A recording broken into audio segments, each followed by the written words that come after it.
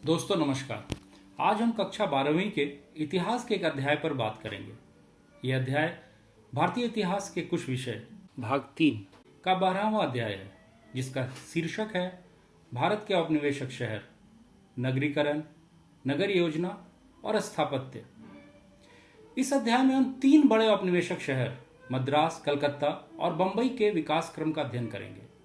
ये तीनों शहर मूलतः मत्स्य ग्रहण यानी फिशरीज और बुनाई के गांव थे। ईस्ट इंडिया कंपनी की व्यापारिक गतिविधियों के कारण ये व्यापार के महत्वपूर्ण केंद्र बन गए। इन शहरों का स्वरूप भारतीय कस्बों से बहुत अलग था। उनके यूरोपियन उद्भाव की बहुत ही स्पष्ट छाप इन शहरों पर थी। इन औपनिवेशिक शहरों के बारे में और विस्तार से अध्ययन करने से पहले यह जानना भी जरूरी है कि ब्रिटिश शासन के पूर्व भारतीय कस्बों व शहरों का स्वरूप कैसा था और उनमें कैसे ये बदलाव आए। शहरों और कस्बों को हमेशा गांव के विपरीत देखा जाता था।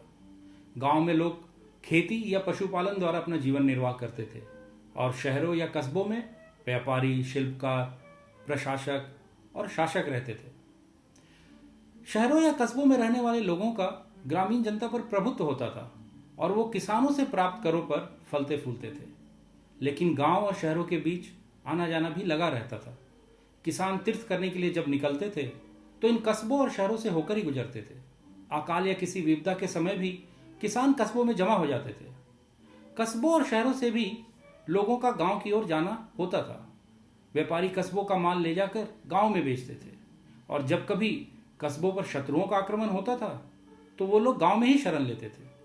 16वीं और 17वीं शताब्दियों में मुगलों द्वारा बनाए गए शहर अपनी जनसंख्या, विशाल भवनों, उनकी शोभा और समृद्धि के लिए प्रसिद्ध थे।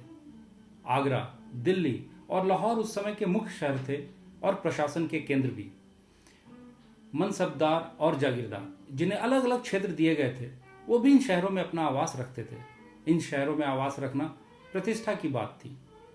इन प्रशासकों और शासक के निवास के कारण इन शहरों में अनेक प्रकार की सुविधाएं और सेवाएं प्रदान करना आवश्यक था। शिल्पकार इनके लिए खास हस्तशिल्प का उत्पादन करते थे। शहर के निवासियों के लिए ग्रामीण क्षेत्रों से अनाज लाकर इन शहरों के बाजारों में बेचा जाता था। राजकोष भी शाही राजधानी में स्थित था, इसलिए राज्य का राजस्व भी नियमित रूप से यहाँ आता रहता था।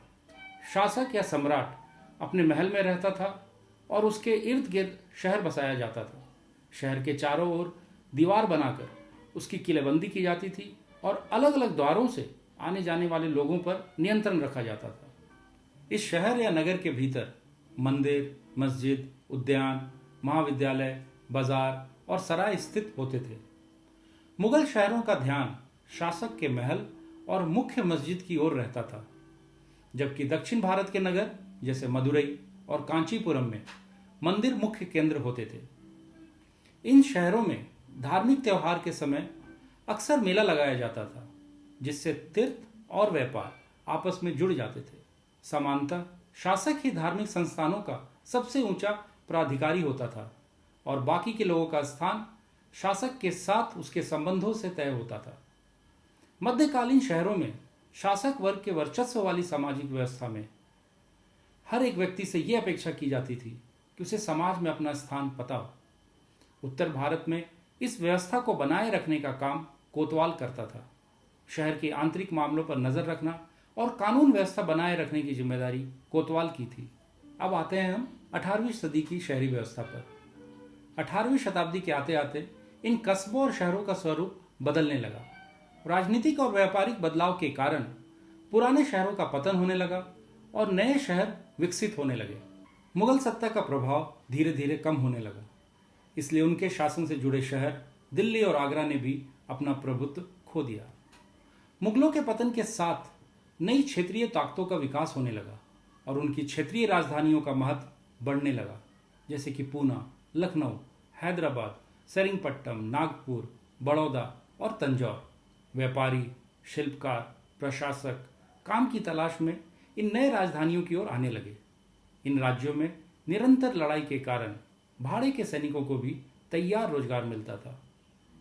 लेकिन इस राजनीतिक विकेंद्रीकरण का प्रभाव सब जगह एक जैसा नहीं था। इनमें से कई शहरों का विकास हुआ तो कई अन्य शहरों का लड़ाई और लूटपाट के कारण पतन भी हो गया। इधर यूरोपीय व्यापारिक कंपनियों ने मुगल काल से ही विभिन्न स्थानों पर अपना आधार स्थापित कर लिया था। पुर्तगालियों ने 1510 में पंजिम में, डचों ने 1605 में मछलीपट्टम में, अंग्रेजों ने 1639 में मद्रास में और फ्रांसीसियों ने 1673 में पौंडीचेरी में। व्यापारिक गतिविधियों के विस्तार के साथ इन कस्बों के आसपास शहर विकसित होने लगे। 18वीं शताब्दी के अंत तक इन शक्तिशाली यूरोपीय साम्राज्यों ने भारत पर अपना प्रभुत्व स्थापित कर लिया था और इस बदलाव का प्रभाव यहाँ के समाज और शहरों पर भी होने लगा। पलासी के युद्ध के बाद जैसे जैसे अंग्रेजों ने राजनीतिक नियंत्रण हासिल किया और ईस्ट इंडिया कंपनी का व्यापार फैला, मद्रास, कलकत्ता और बंबई जैसे नए औपनिवेशिक शहर तेजी से विकसित होने लगे और नए आर्थिक राजधानी के रूप में उभरे। ये औपनिवेशिक शहर प्रशासन और सत्ता का केंद्र भी बन गए। नए भवनों और संस्थानों का निर्माण हुआ, नए रोजगार विकसित हुए और लोग काम की तलाश में इन नए औपनिवेशिक शहरों की ओर आने लगे। 1800 तक ये जनसंख्या के लिहाज से भारत के विशालतम शहर बन गए और अब हम इन औपनिवेशिक शहरों के बारे में विस्तार से जानेंगे। प्रारंभिक वर्षों से ही औपनिवेशिक सरकार ने मानचित्र तैयार करने पर खास ध्यान दिया। इस मानचित्र या नक्शे के सहारे वे इलाके पर ज़्यादा बेहतर नियंत्रण कायम कर सकते थे। शहरों के नक्शे से हमें उस स्थान पर पहाड़ों, नदियों व जंगलों का पता चलता है। ये सारी चीज़ें रक्षा संबंधी उद्देश्यों के लिए योजना तैयार करने में बहुत काम आती हैं। इसके अलावा मकानों की सघनता, सड़कों की स्थिति, व्यावसायिक संभावनाओं का पता लगाना और कर व्यवस्था की रणनीति बनाने में भी मदद मिलती है। 19वीं सदी के आखिर से अंग्रेजों ने शहरों का रखरखाव करने के लिए नगर पालिका द्वारा कर वसूली भी शुरू कर दिया था। नगर पालिका का उद्देश्य शहरों में जल आपूर्ति, निकासी, सड़क निर्माण और स्वास्थ्य व्यवस्था जैसी आवश्यक सेवाएं उपलब्ध कराना था। टकराव से बचने के लिए उन्होंने कुछ जिम्मेदारियां भारतीय प्रतिनिधियों को भी सौंपी थी। शहरों के फैलाव पर नजर रखने के लिए नियमित रूप से लोगों की गिनती की जाती थी। अखिल भारतीय जनगणना का पहला प्रयास 1872 में किया गया। इन रिपोर्टों के द्वारा हम ऐतिहासिक परिवर्तनों को माप सकते हैं। उम्र, लिंग, जाति, व्यवसाय के अनुसार लोगों की गिनती की व्यवस्था से संख्याओं का विशाल भंडार हमें मिलता है। लेकिन इतिहासकारों ने पाया है कि ये आंकड़े भ्रामक भी हो सकते हैं। इन आंकड़ों का इस्तेमाल करने से पहले ये जानना भी जरूरी है कि इन आंकड़ों को किसने और कैसे इकट्ठा किया है। हमें यह भी ध्यान रखना चाहिए कि किस चीज़ को मापा गया है और किस चीज़ को नहीं मापा गया। मिसाल के तौर पर भला ऐसे व्यक्ति को किस श्रेणी में रखा जाएगा जो कारीगर भी था और व्यापारी भी? जो आदमी स्वयं खेती भी करता है और फिर उपज को शहर ले जाकर बेचता भी है, उसे किसान माना जाएगा या व्यापारी? बहुत से लोग जनगणना के कार्य को संदेह की दृष्टि से भी देखते थे और इस प्रक्रिया में सहयोग नहीं देते थे। ऊंची जाति के लोग अपने घर के औरतों के बारे में जानकारी देने से हिचकिचाते थे। मृत्यु दर और बीमारियों से संबंधित आंकड़ों को इकट्ठा करना भी लगभग असंभव था। जनगणनाओं का सावधानी से अध्ययन करने पर कुछ दिलचस्प रुझान सामने आते हैं। सन 1800 के बाद हमारे देश में शहरीकरण की रफ्तार धीमी रही। 1900 से 1940 के बीच 40 सालों में शहरी आबादी 10% से बढ़कर केवल 13% ही हो पाई थी। धीमी गति से शहरीकरण होने के पीछे भी कई कारण हैं। छोटे कस्बों के पास आर्थिक रूप से विकसित होने के ज़्यादा मौके नहीं थे। दूसरी ओर कलकत्ता, बंबई और मद्रास तेजी से फैले और जल्दी ही विशाल शहर बन गया। 1853 में रेलवे की शुरुआत हुई। इसने इन शहरों की कायापलट ही कर दी। आर्थिक गतिविधियों का केंद्र परंपरागत शहरों से दूर जाने लगा क्योंकि ये शहर पुराने मार्गों और नदियों के किनारे बसे थे। अब हम ये जानेंगे कि इन नए शहरों का स्वरूप कैसा था। 18वीं सदी तक मद्रास, बंबई और कलकत्ता महत्वपूर्ण बंदरगाह बन चुके थे। ईस्ट इंडिया कंपनी ने अपने कारखाने यहीं बनाए और इनकी सुरक्षा के लिए इन शहरों की किलेबंदी कर दी। मद्रास में फोर्ट सेंट जॉर्ज, कलकत्ता में फोर्ट विलियम और बंबई में फोर्ट के इलाके ब्रिटिश आबादी वाले क्षेत्र थे। भारतीय व्यापारी, कारीगर और कामगार इन किलों के बाहर अलग बस्तियों में रहते थे। यूरोपियों और भारतीयों के लिए शुरू से ही अलग क्वार्टर बनाए गए थे। उस समय उन्हें व्हाइट टाउन यानी कि गोरा शहर और ब्लैक टाउन यानी कि काला शहर कहा जाता था। 19वीं सदी के मध्य में रेलवे के फैलते नेटवर्क ने इन शहरों को शेष भारत से जोड़ दिया। भारत के अन्य इलाकों और गांव से कच्चा माल और मजदूर इन शहरों में आने लगे। 1850 के दशक के बाद भारतीय व्यापारियों और उद्यमियों ने बंबई में सूती कपड़ा मिलें लगाई। कलकत्ता के बाहरी इलाकों में जूट मिलें खोली गई। ये भारत में आधुनिक औद्योगिक विकास की शुरुआत थी। लेकिन इन शहरों की अर्थव्यवस्था मुख्य रूप से फैक्ट्री उत्पादन पर आधारित नहीं थी। इन शहरों की ज्यादा आबादी सेवा क्षेत्र पर निर्भर थी। भारत कभी भी पूरी तरह से औद्योगिक देश नहीं बन पाया, क्योंकि पक्षपातपूर्ण औपनिवेशिक नीतियों ने हमारे औद्योगिक विकास को आगे नहीं बढ़ने दिया। अब हम इन शहरों के परिवेश के बारे में जानेंगे। इन शहरों का परिवेश भारतीय शहरों से बिल्कुल अलग और नया था। औपनिवेशिक शहर नए शासकों की वाणिज्यिक संस्कृति को दर्शाते थे। राजनीतिक सत्ता और संरक्षण भारतीय शासकों के स्थान पर ईस्ट इंडिया कंपनी के व्यापारियों के हाथ में जाने लगा। दुभाषिए, बिचौलिए और व्यापारियों का इन शहरों में महत्वपूर्ण स्थान था। समुद्र के किनारे गोदाम, वाणिज्यिक कार्यालय, बीमा एजेंसियों और बैंकिंग संस्थानों की स्थापना होने लगी। कंपनी के मुख्य कार्यालय समुद्र से दूर बनाए गए। कलकत्ता स्थित राइटर्स बिल्डिंग, यहां राइटर्स का मतलब क्लर्कों से था। यूरोपीय व्यापारियों ने किलों की चारदीवारी के आसपास यूरोपीय शैली के महलनुमा मकान बना लिए। शासक वर्ग के लिए नस्ली भेदभाव पर आधारित क्लब, रेस कोर्स और रंगमंच भी बनाए गए। अमीर भारतीय एजेंटों और बिचौलियों ने बाजारों के आसपास ब्लैक टाउन में परंपरागत ढंग से मकान बनवाए। समाज में अपनी हैसियत साबित करने के लिए उन्होंने मंदिर भी बनवाए। मजदूर वर्ग के लोग अपने यूरोपियन और भारतीय मालिकों के लिए खानसामा, पालकी वाहक, गाड़ीवान, चौकीदार और पोर्टर के रूप में विभिन्न सेवाएं उपलब्ध कराई। वे शहर के विभिन्न इलाकों में कच्ची झोपड़ियों में रहते थे। 1857 के विद्रोह के बाद भारत में अंग्रेजों को लगने लगा कि उन्हें देशियों यानी नेटिव्स के खतरे से दूर ज्यादा सुरक्षित क्षेत्र में रहना चाहिए। सिविल लाइंस के नाम से नए शहरी इलाके विकसित किए गए, जहां केवल गोरे लोगों को बसाया गया। छावनियों को भी सुरक्षित स्थानों के रूप में विकसित किया गया। इन छावनियों में यूरोपीय कमान के अंतर्गत भारतीय सैनिक तैनात किए जाते थे। ब्लैक टाउन की ओर इनका ध्यान बिल्कुल नहीं था। ये इलाके गंदगी और बीमारी का स्रोत बन गए। लेकिन जब हैजा और प्लेग जैसी महामारियां फैली और हजारों लोग मारे गए, तो इनकी स्वच्छता के लिए भी कदम उठाए गए। उन्हें भय था कि कहीं ये बीमारियां ब्लैक टाउन से व्हाइट टाउन की ओर न फैल जाएं। 1860 से 70 के दशकों में साफ सफाई रखने के लिए कई प्रशासकीय उपाय लागू किए गए। इसी समय भूमिगत पाइप आधारित जलपूर्ति, निकासी और नाली व्यवस्था निर्मित की गई। निर्माण गतिविधियों पर अंकुश लगाया गया और इन शहरों के विकास को नियंत्रित किया गया। छावनियों की तरह हिल स्टेशन भी औपनिवेशिक शहरी विकास का एक खास पहलू थी। हिल स्टेशनों की स्थापना का संबंध सबसे पहले ब्रिटिश सेना की जरूरतों से था। शिमला की स्थापना गोरखा युद्ध के कारण 1815 से 16 में, माउंट आबू की स्थापना अंग्रेज मराठा युद्ध के कारण 1818 में और दार्जिलिंग को सिक्किम के राजाओं से 1835 में छीना गया। ये हिल स्टेशन फौजियों को ठहराने और सरहद की चौकसी करने के लिए महत्वपूर्ण स्थान थे।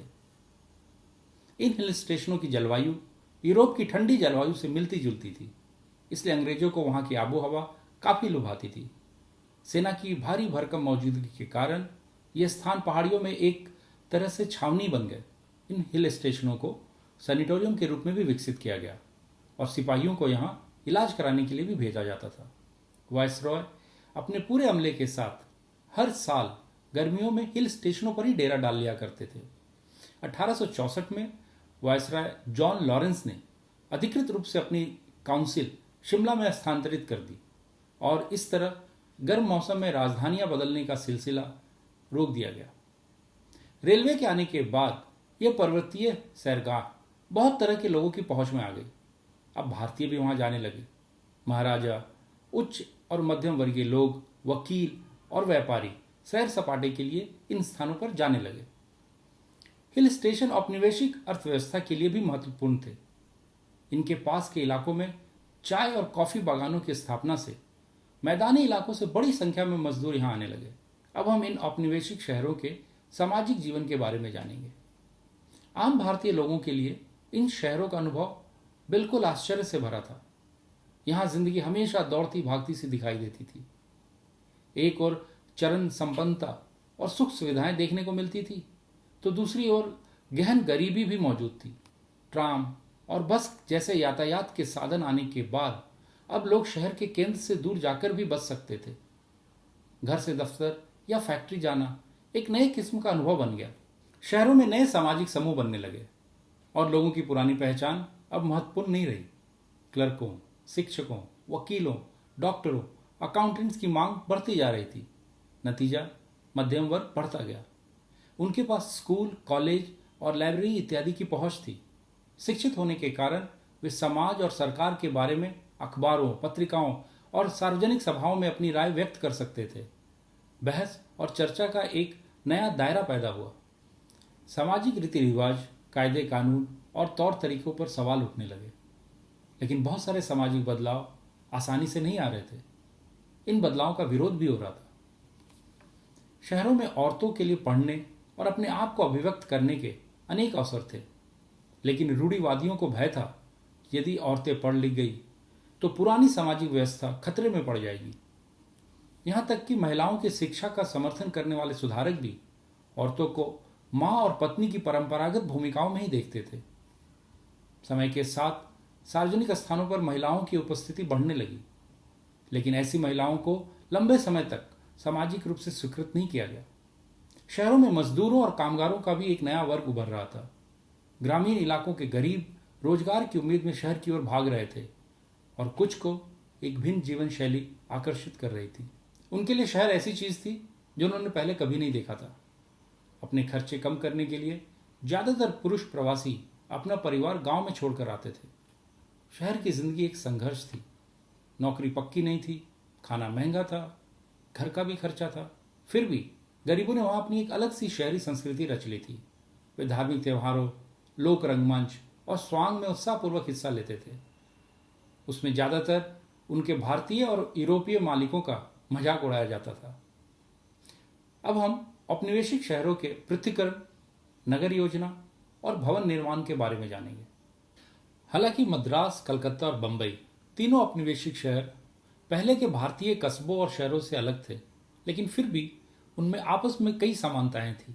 अब हम मद्रास में बसावट और पृथक्करण की प्रक्रिया के बारे में जानेंगे। अंग्रेजों ने 1639 में मद्रास पट्टम में एक व्यापारिक चौकी बनाई। इस बस्ती को लोग चेनापट्टम कहते थे। कंपनी ने वहां बसने का अधिकार स्थानीय तेलुगु सामंतों से खरीदा था। 1746 से लेकर 63 के बीच फ्रांसीसियों के साथ प्रतिद्वंदिता के कारण अंग्रेजों को मद्रास की किलेबंदी करनी पड़ी। 1761 में फ्रांसीसियों को हराने के बाद मद्रास और सुरक्षित हो गया और एक महत्वपूर्ण व्यावसायिक शहर के रूप में विकसित होने लगा। Fort Saint George White Town का केंद्र बन गया, जहां यूरोपीय रहते थे। ईसाई होने के कारण डच और पुर्तगालियों को भी वहां रहने की इजाजत थी। ब्लैक टाउन किले के बाहर विकसित हुआ। इस आबादी को भी सीधी कतार में बसाया गया, जो कि औपनिवेशिक शहर की विशेषता थी। इस बस्ती में बुनकर, बिचौलियों और दूरभाषियों को रखा गया, जो कंपनी के व्यापार में महत्वपूर्ण भूमिका निभाते थे। लेकिन 18वीं सदी के पहले दशक में उसे ढा दिया गया ताकि किले के चारों तरफ सुरक्षा क्षेत्र बनाया जा सके। इसके बाद उत्तर दिशा में दूर जाकर एक नया ब्लैक टाउन बसाया गया। नया ब्लैक टाउन परंपरागत भारतीय शहरों जैसा था। वहां मंदिर और बाजार के इर्द गिर्द रिहायशी मकान बनाए गए। शहर के बीच से गुजरने वाली आड़ी टेढ़ी पतली गलियों में अलग अलग जातियों के मोहल्ले थे।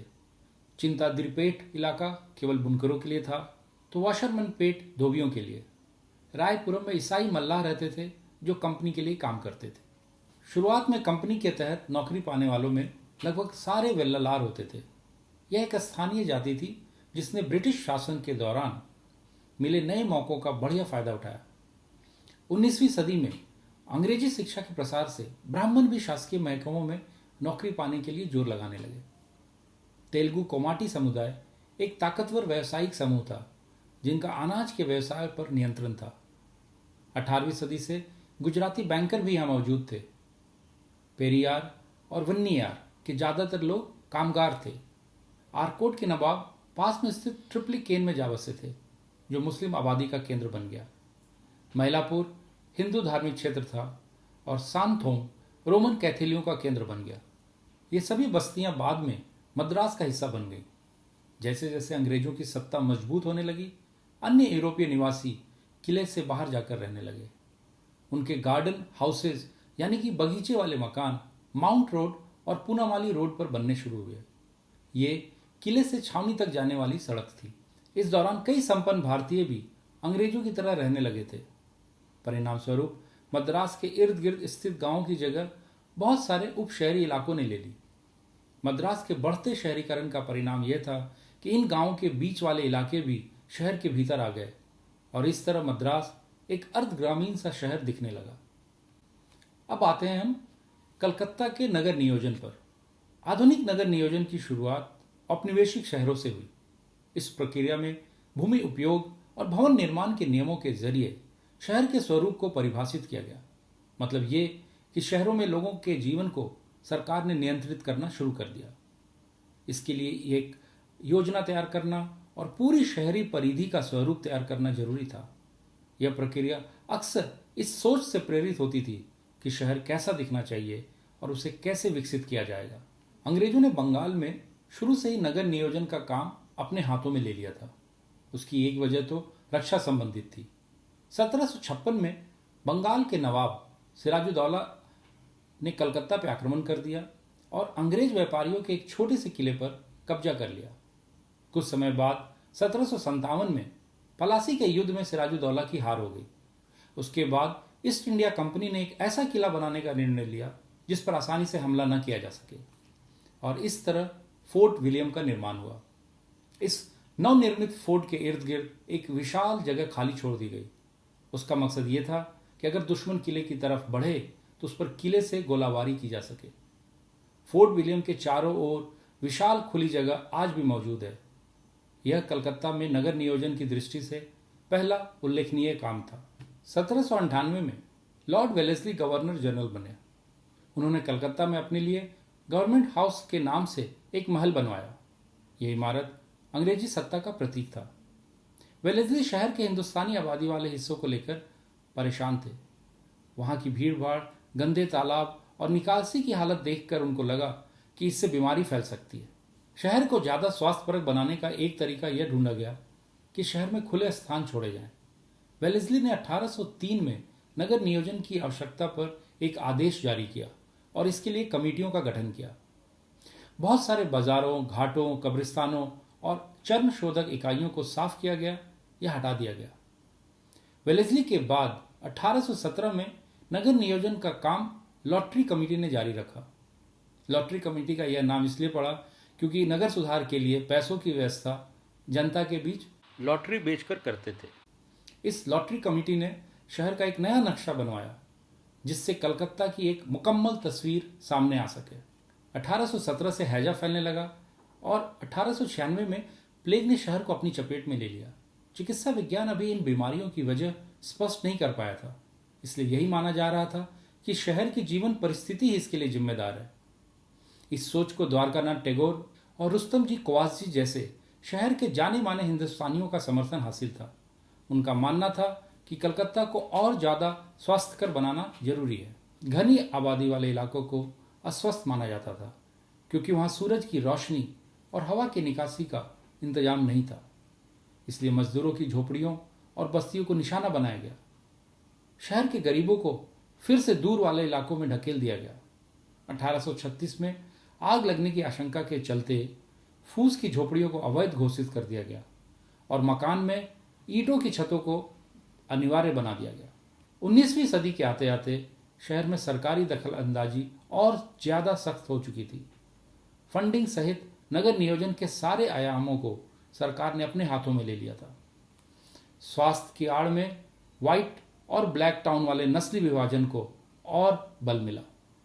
हिंदुस्तानी आबादी वाले बस्तियों की कीमत पर ब्रिटिश आबादी वाले हिस्सों को विकसित किया जाने लगा। नगर निगम में मौजूद हिंदुस्तानी नुमाइंदों ने इसका विरोध किया।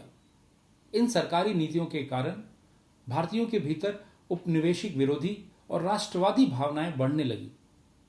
जैसे जैसे ब्रिटिश साम्राज्य फैला, अंग्रेज कलकत्ता, मद्रास और बंबई जैसे शहरों को शाही राजधानियों में तब्दील करने की कोशिश करने लगे। इन शहरों का साफ और व्यवस्थित, सुंदर और नियोजित होना जरूरी था। अब हम बंबई के भवन निर्माण के बारे में जानेंगे। इन औपनिवेशिक शहरों को शाही राजधानी में तब्दील करने के लिए नगर नियोजन के अलावा भव्य इमारतों का भी निर्माण किया गया। शहरों में बनने वाली इमारतों में किले, सरकारी दफ्तर, शैक्षणिक संस्थान, धार्मिक इमारतें, स्मारकीय मीनारें, व्यावसायिक डिपो, गोदियां और पुल भी शामिल थे। शुरुआत में बंबई 7 टापुओं का इलाका था। जैसे जैसे आबादी बढ़ी, इन टापुओं को एक दूसरे से जोड़ दिया गया और एक विशाल शहर अस्तित्व में आया। पश्चिमी तट पर एक प्रमुख बंदरगाह होने के कारण यह अंतर्राष्ट्रीय व्यापार का केंद्र भी था। 19वीं सदी के अंत तक भारत का आधा निर्यात और आयात बंबई से ही होता था। इस व्यापार की एक महत्वपूर्ण वस्तु अफीम थी। ईस्ट इंडिया कंपनी यहां से अफीम चीन को निर्यात करती थी।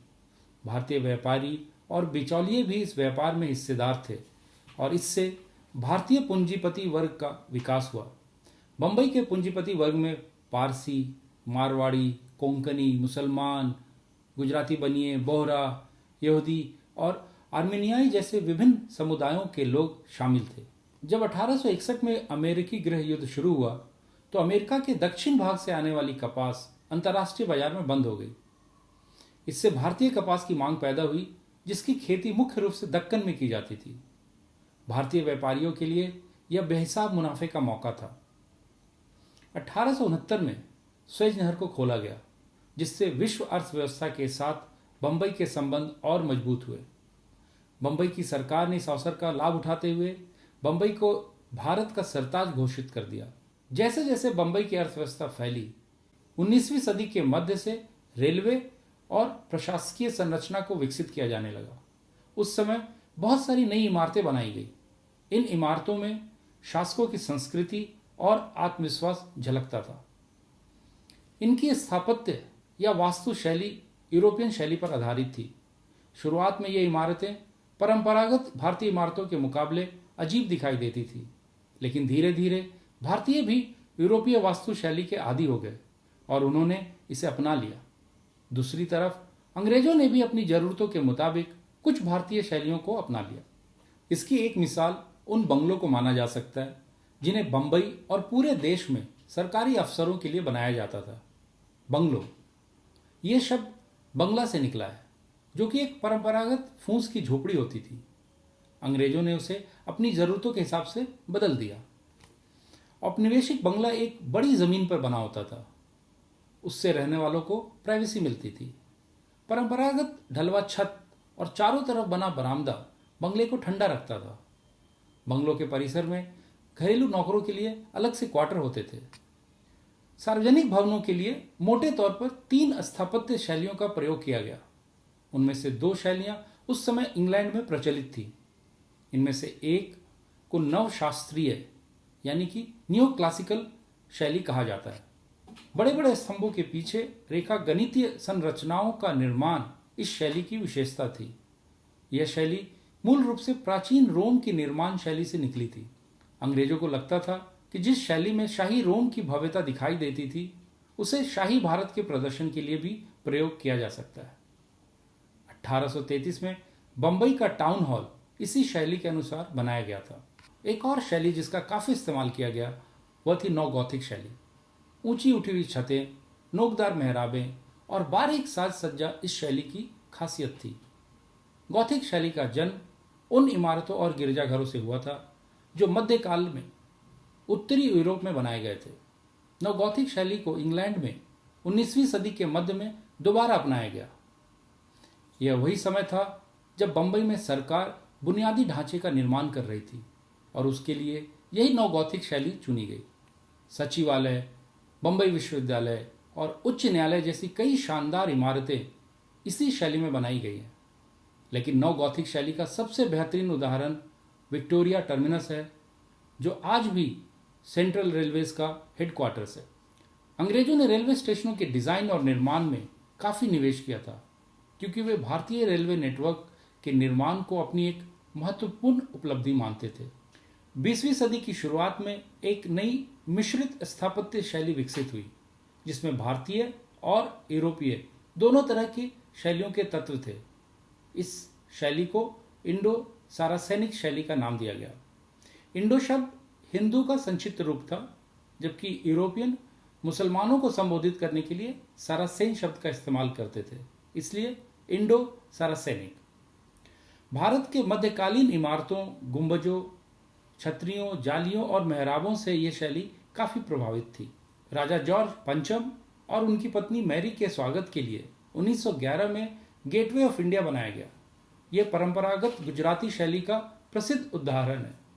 उद्योगपति जमशेद जी टाटा ने इसी शैली में ताजमहल होटल बनवाया था। यह इमारत अंग्रेजों के नियंत्रण वाले नस्ली क्लबों और होटलों के लिए एक चुनौती भी थी। मुंबई में जगह की कमी के कारण खास तरह की इमारतें भी सामने आईं, जिन्हें चौल का नाम दिया गया। ये बहुमंजिला इमारतें होती थी, जिनमें एक एक कमरे के घर बनाए जाते थे। कमरों के सामने एक खुला बरामदा या गलियारा होता था और बीच में दालान होता था।